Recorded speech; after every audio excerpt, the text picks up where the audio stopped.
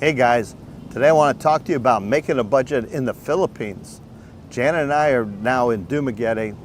It's March 1st, 2024, and we're going to stay in Dumaguete for a whole month.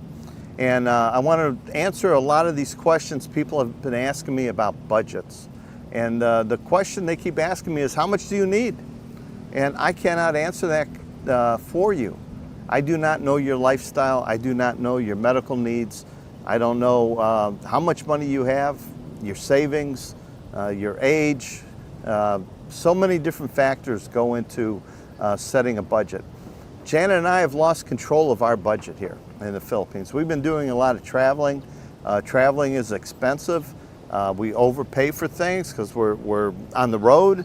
We're staying in a strange city, Cebu. We're eating out a lot. So this break that we're taking, the month of March, we're going to stay in Dumaguete, catch our breath, relax, take care of a lot of personal issues that we have to take care of here. But it's a great opportunity for us to reset our budget. So the start of the month, Janet and I have decided our budget's going to be 100,000 pesos or less. And with the exchange rate now, about 56 pesos to the dollar, it's about $1,780 to get 100,000 pesos. So that's our budget here. And we have some fixed costs. You know, our rent is a fixed cost, and that's 23,000 pesos a month, or about $400. And to keep track of this during the course of the month, what we've decided to do is on Janet's channel, and I'm going to leave a link down below in the description, and also in the comments section, I'm going to pin this, will be the link to Janet's channel. And she's going to have a daily breakdown of our expenditures, how much money we spend every day and on what. And we're going back old school, where we used to go grocery shopping and we would lay the groceries out and take a video of it and show you the cost of carrots, potatoes, chicken, oil, anything that we buy. I'll break it down to the peso and then to the dollar, so you can get an idea of what things cost here in the Philippines. It's so hard to set a budget ahead of time and say, hey, let's only spend 5,000 pesos on eating out, or let's only spend 7,000 pesos on coffee. Our lifestyle, my lifestyle, is different than other people's. I like going out and socializing. I like hanging out with other expats. So I like to go out, and it's hard for me to put a dollar figure on it. So what we're going to do is just be honest and upfront. We'll show you everything we spend day by day, old school. And then at the end of the month, we'll go over that and break it down and make a budget out of that. But remember, guys, our budget and your budget, two different things. Don't forget to leave me a comment. Is there anything you need me to show you? Is there any items you want shown for the prices that you're interested in? I cannot do drugs. People ask me to check the price of certain drugs. I can't do that. But I can show you goods that are in the department store or in the grocery store. Leave me a comment below and watch Janet's channel. Leave comments all the time on the daily budget. Our budget is a family of 3 with a son in private school. And your budget could be a single guy. Your budget could be 2 people. You know, your budget could be 5 people in your family. I don't know. But yours is different. So take what we spend and incorporate that into your budget. I remember back when I was in the States, before I came here, I had a spreadsheet, and I said, I have $1,500 a month. Where am I going to spend it? And I had a budget for rent. I had a budget for electricity. Well, you can't budget those 2 things right away before you get here. You don't know where you're going to live. Are you going to live in Cebu? You're going to live in BGC?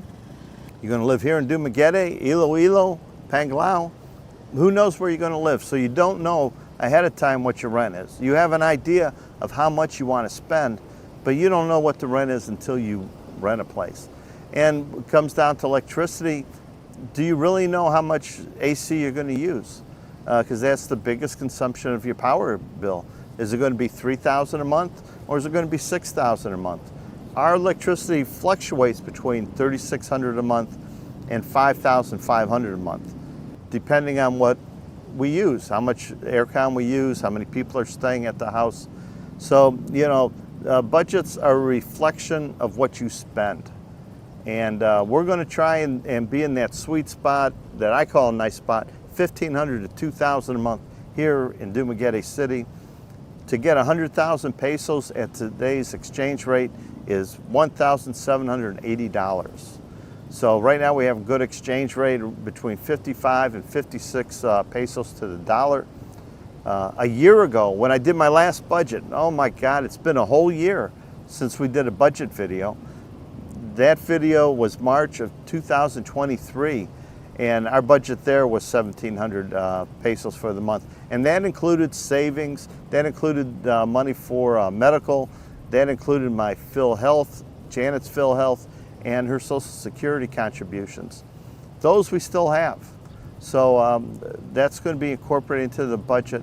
Anything that we paid for the full year, I'm going to break that down into 12, by month, how much it would be if you paid it on a monthly basis, and take those out of the budgets. That's going to be some of the early things. Our electric bill and our water bill come at the end of the month, and we'll share those with you at the end of the month when they come in. But I'm asking you to take a look at Janet's channel on a daily basis.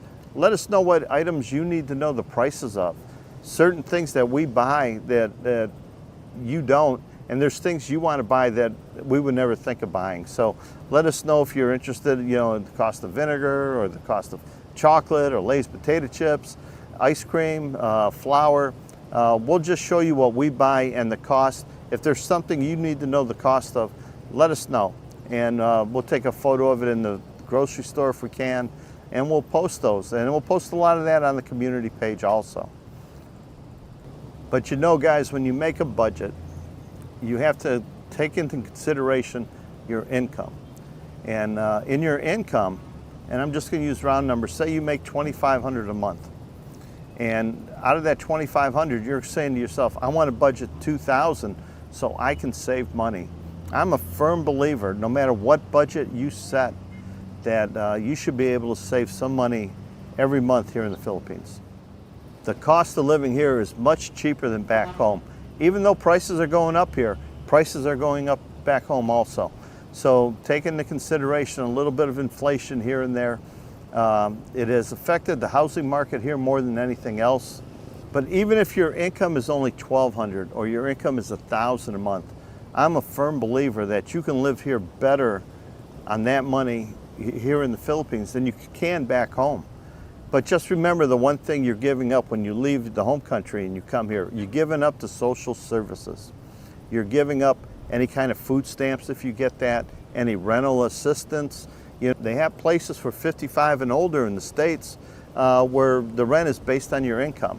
So you're giving up all those to come here. Nobody's going to supplement your income here because you don't make much. You're going to have to scrape money together to stay afloat.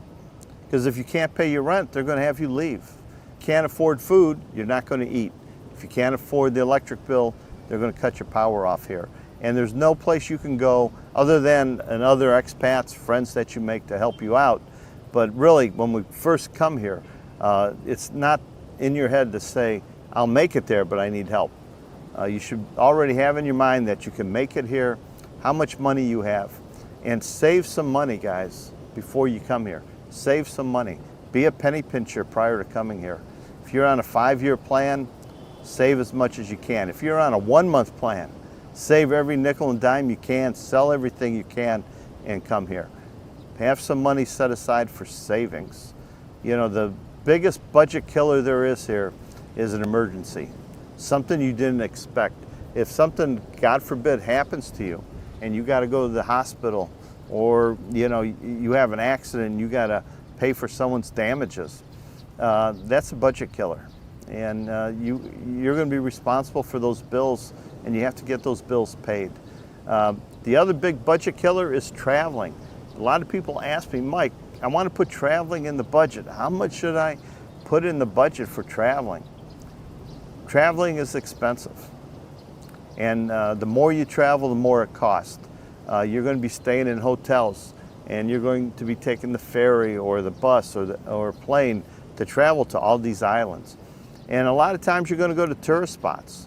And if you're in a tourist spot, it costs more. You know, if you go up to Boracay or you go to Pangalao, they're pretty expensive. So budgeting for travel, that's up to you. I put separate, that's my savings is when I travel. My budget is for my month-to-month expenses and what I spend every month and what I use every month. I have a savings where I have travel money in that savings. So if me and Janet decide we're going up to Iloilo in April, that money's coming out of our savings because we still have to pay our rent here. We still have to pay our electric bill here. We still have to have food in the fridge. We still have to take care of PJ. We still have obligations here. So your traveling should be a whole separate budget. But can you live in the Philippines without traveling if you're on a short budget? Sure you can. Pick the location you want to live based on what you like. If you like being near a beach, go somewhere that has nice beaches. If you like being in the mountains, hang out somewhere that has mountains that you can travel up to easily. If you have a motorcycle, you come in here and you're going to want a motorcycle and you're going to want to travel, well, stay somewhere where it's easy to travel. You know, don't lock yourself up in a big city like Manila where it's hard to get out and about on your motorcycle and go travel the islands. And if you do want to travel, if you're physically able and you want to, don't lock down an apartment or a house with a long-term lease. Have a short-term lease. And as soon as that lease is up, go travel to your next destination. A lot of people think you need to have a central location where all your stuff is, and then from, let's say, Dumaguete, you leave Dumaguete and you go to Iloilo, and you spend a month up there. Well, you're paying your rent here, and then you're going to have to pay for your accommodations in Iloilo. It's an expensive proposition. So make sure you budgeted and have money in your savings for traveling. Traveling is a budget buster if you don't have savings. Medical costs. Guys, this is something you have to do. We're going to talk about it more in upcoming videos, but you have to research the medical cost for your own budget. Are you going to self-insure? You can get PhilHealth here. PhilHealth is like a discount to your health, is a discount to your hospital cost. They give you like 20 or 25% off your hospital bill on PhilHealth, but it doesn't cover the whole thing. The PhilHealth card will help you get into the hospital, get you worked on, and you know, get the ball rolling. And chances are you can make a payment arrangement upon leaving. But health care, make sure you budget that. And when I say budgeting, you have to think, what is your needs? Do you have prescriptions? Are you on medication? Do you need to see a doctor often? I'll put in some, during the course of the month, we'll talk about doctor visits. I have a good doctor in Silliman Hospital, and to visit her is 600 pesos an office visit. There's a less expensive doctor in Holy Child's Hospital, and he charges 400 pesos a visit. Now these visits, they're just an office visit. They talk to you, they prescribe something to you, but if there are any tests involved, do you need blood work? Do you need, you know, an X-ray? You know, did you smack your wrist while you're riding your motorbike on a tree limb, and you need an X-ray? Those are extra costs. They're not high cost, but they're extra cost. So keep in mind your physical condition. Keep in mind your needs medically. See a doctor before you leave the States or you leave your home country. Make sure you know what condition you're in before you come here, so you can budget accordingly. And talk to your insurance agent. See if they have an international health insurance plan. Maybe something that reimburses you for your cost. Maybe it's a supplement to the medical insurance you already have. I don't know. You need to talk to somebody. You need to research that. I never found a good health insurance policy for me in the Philippines at my age of 69, 70. It's better for me just to self-insure. I use two forms of discount. One is going to be the senior citizen discount. I get that once I get my 13A from Janet. I'll get a card that says I'm a senior and I'm eligible for the discount program. And in the hospital, that'll be another 20 or 25% discount. So between PhilHealth and that card, that's going to cover about 40 to 45% or my hospital bill. These are things you can look at when you get here in the Philippines. But back down to the budget. Make sure you have savings. And 3 things I always say. You need to have startup money. When you come here, you gotta have that startup money. You gotta have that money to buy your first motorbike, to put the deposit down on the place you rent. If you need to buy a mattress, if you need to buy a microwave or a TV, or if your laptop is bad and you need to get a new laptop, you need that startup money to get you from Manila to whatever your final destination is. And the first 2 months, you're gonna spend a lot more than you are once you're settled in. Your first 2 months, you're gonna be spending like a tourist because you don't know where to go for the best prices. And there's a lot of things you won't have. Every day you're always thinking, oh my God, I need to go buy another towel. Oh, I need to go buy another set of sheets. There's always something when you first get here. The second thing you need is an emergency fund. And this is a fund that you should never touch. That is for that medical emergency, or as I call it, the get out of Dodge money.